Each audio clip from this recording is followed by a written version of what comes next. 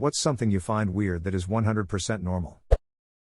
As a deaf guy, looking at people kissing musical instruments is quite bizarre. Edit. I just woke up to 24k upvotes and rewards. That's a first. Edit 2, and who knows how many comments. Edit 3, I got quite a few questions about my deafness and how I hear my thinking voice. I will try to answer as many as I can. I can hear some, which includes music. Which means I can hear and feel bass if it's loud enough. I can definitely feel vibrations. As for my thinking voice, ironically it's in music and some lyrics. I really don't like music that much, which makes it even more interesting. To those ignorant people who hadn't met a deaf guy online or in real life, you're in for a massive cultural shock. Yes, I can read and write English. Yes, I can type on my phone. Deafness means just that, I can't hear. It does not mean it prevents me from everything I hold dear. And to the trolls who commented that I was faking deafness, come meet me in real life and see for yourself. You're in for even worse shock than those who are ignorant. Edit 4, don't apologize that I'm deaf. You're focusing on my ears instead of me if you apologize in that way. Edit 5, this is the last edit, I swear. Therese, a lot of people asking if I can feel vibrations. Yes, I can feel them. This is the second time I said this. I wonder what seeing a harmonica player must have looked like for the first time. XD. Dude was about to send one hell of an envelope. Edit, whoa. Awards, upvotes, and comments. Thanks guys. Steampunk corn on the cob. Clapping, animals must think we're mental. Apart from seals, seals know. What's weird is I think it's something innate. Babies clap all the time when they're happy. Sometimes when I get really excited I instinctively clap. So like, where did that trait come from? I wonder if other primates do it. Maybe it's like dogs wagging their tail. They do, in fact. They've even found that chimps will clap and sway when music is played for them. What are chimpanzees' favorite artist? Gorillas. Arctic monkeys. Crying, why does my body create liquid from my eyes if something is sad? Edit, holy shit, this comment has blown up. I've only ever had like 50 upvotes at most for anything. Ha ha ha, Merry Christmas. The chemical everyone is talking about is cortisol. The stress hormone, and crying actually lowers your cortisol levels. That's why you feel better after crying. You're supposed to feel better after crying? Bro, I get a headache and need a nap. Your brain misses its usual high level of cortisol. Lol. This is actually true. Cortisol negates pain, and stress relief is a real trigger for migraine headache in many people. Edit, people have been asking for a source. I'm no expert on this, but there is lots of anecdotal and some clinical evidence for the phenomenon of letdown migraine. General article, migraineagan.com. I think it's mostly based on this 2014 study, ncb.nlm.nih.gov. It's probably a sign of chronic stress. You're getting less sad? No, you can't have that, here's a migraine instead. Birds having a built-in GPS system. They can fly south for the winter, then fly back to the exact same tree up north. I once saw in a video that they may just know how to feel the magnetic field of the Earth, so my guess is that when winter comes, they just follow a path to south, and can exactly retrace their flight back to north once it warms up again. Researchers discovered that the light-sensitive protein cryptochrome 4, found in birds' retinas, is sensitive to magnetic fields and could well be the long-sought magnetic sensor of the migratory birds.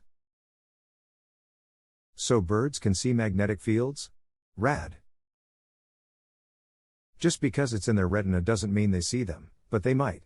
The brain can evolve to process the information it gets however it likes.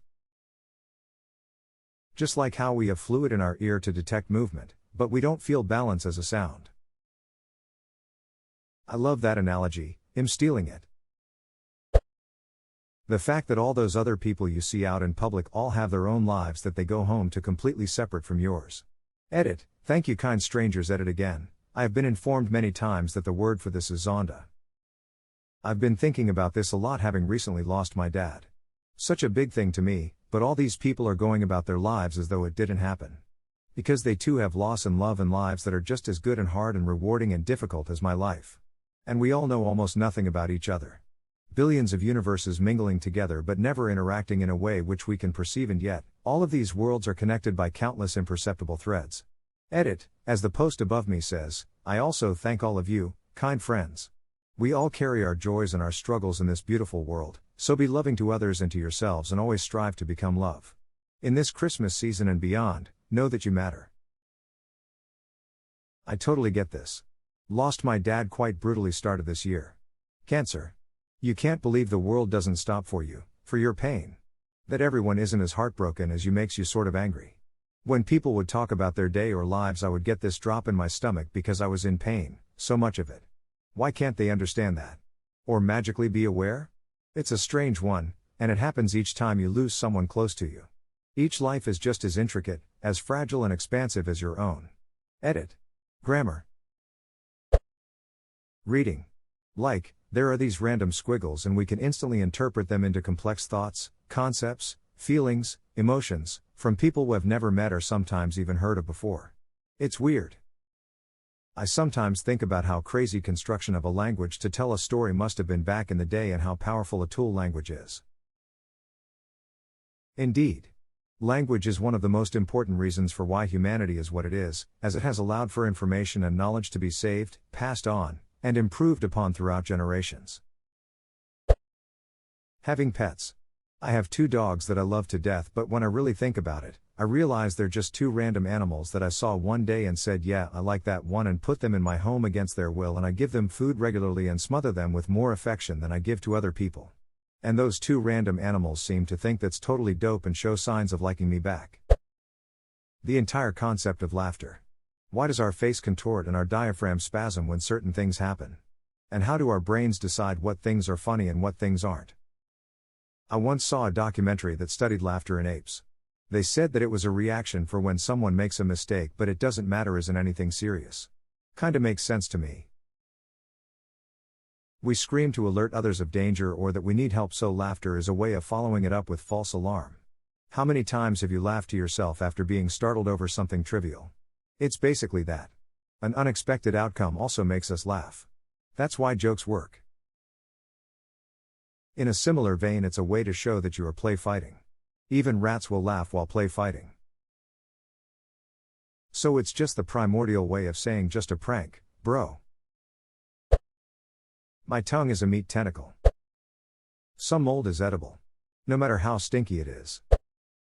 As a dog owner and cat owner, I sometimes look at them and think, there is literally an animal living in my house whose ancestors ran free and hunted other animals, and it is just laying upside down all cute on its bed beside me and also can't eat unless I give it food. So I guess that. I always look at my cat and think about how stupid I must be. One day I was all like, hey, you're cute and furry.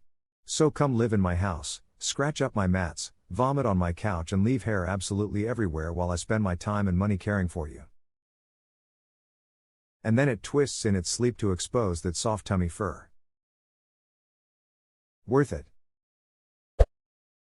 Paparazzi, they do everything just like a stalker, yet they're not incarcerated for it and paid to do the things they do. It makes me cringe whenever I see tabloid and paparazzi photos, especially where the subject of the photo is visibly uncomfortable. It's so intrusive. Even worse when children are stalked by them. Why is it legal? Stalking is horrible, but doing it to children is even worse and is a form of abuse. Have you seen some of the lengths the paparazzi goes in order to get that one photo shot or interview? Languages, or just talking in general. The fact that we've given meaning to a bunch of random sounds made by our vocal cords is bizarre when you think about it. Like, how did this even start? How were we able to decide what should be called what? For example, how did we decide that a rock is called a rock or that the sky is called the sky? The origin of language is an unsolved problem in linguistics that will most likely remain forever unresolved, insofar as no written records are thought to exist of it. It's wondrous to speculate about. The internet. How it works, and also just the whole concept of it.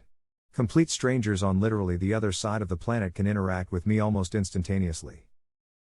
Like this. Hi there. Hello world. Hello everybody. Hi Dr. Nick.